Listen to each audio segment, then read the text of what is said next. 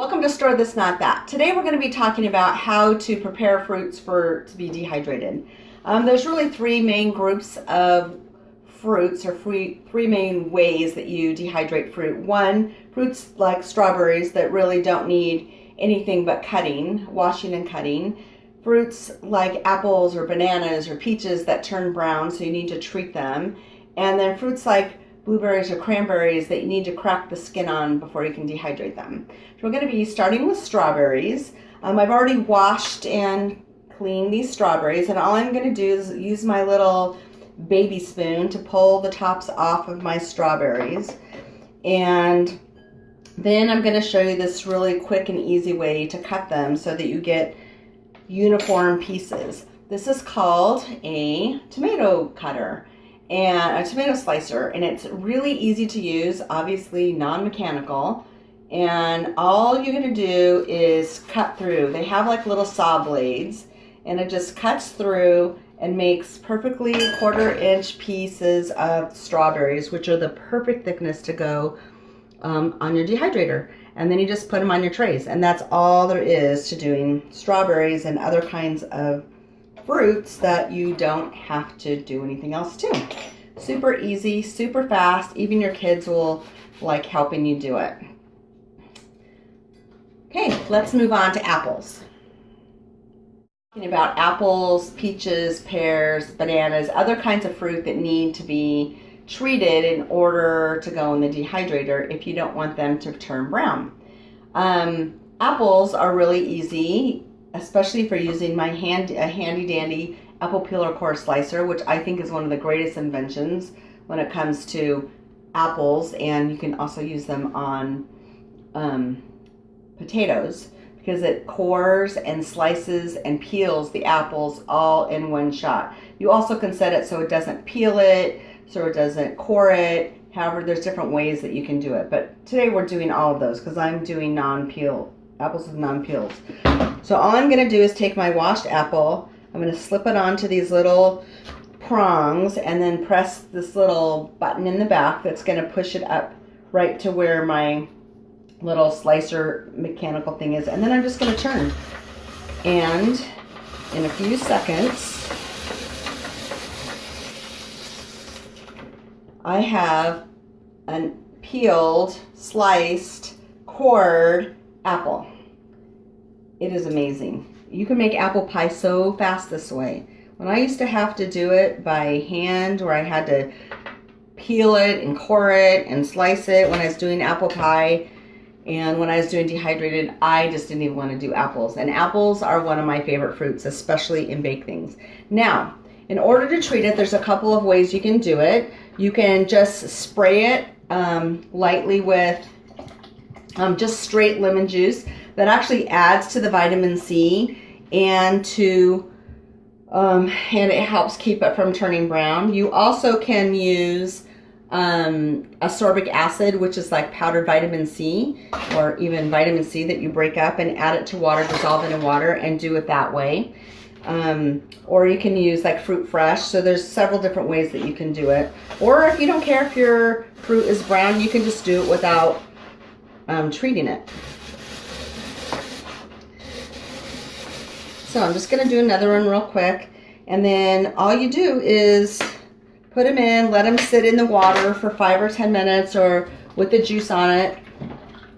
Make sure it's all coated. And I'm just going to shake it off a little bit and put it on my trays. And just like with the strawberries and everything else, when you're dehydrating, you are going to do it so that the fruit is not touching, so the air can get all around it, and then it can dehydrate faster. So that's all it is. That's all there is when you're treating fruit. Super easy, just a way of keeping it from turning brown. Okay, now we're to the blueberries. Blueberries and cranberries and grapes are all things that need to either have their skin pricked individually or cut, or you can do this handy dandy little hack to do it. So we just have some pot of boiling water here with a metal strainer that can rest on it. I'm just going to gently pour my blueberries in, and they are going to sit in the water for 30 seconds. And that's going to be enough to help split their skin. Once they're done they're 30 seconds in here, then we're going to take them out and immerse them in some cold, ice cold water, has ice in it, so that it will stop the cooking process. So that's all you do, and that works with cranberries and grapes also. You also can use the same kind of method when you're doing some of the vegetables. It's just a blanching method, but it's only for not very many seconds that you're doing it with the blueberries. So that's all there is to it. I'm just dunking it in my nice cold water. It's going to stop the process and the cooking process. Just going to leave them in there until they get cold.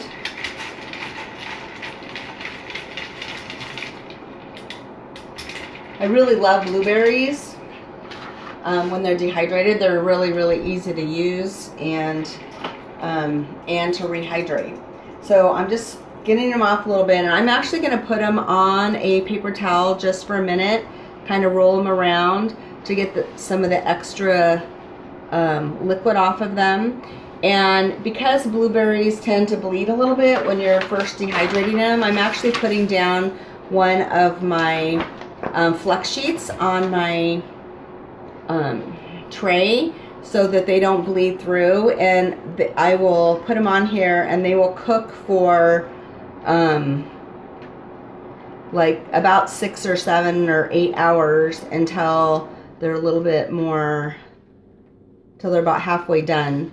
And then I'll pull the flex sheet off and leave them all the way on just the mesh tray so that the air can get them on both sides and they can dehydrate faster.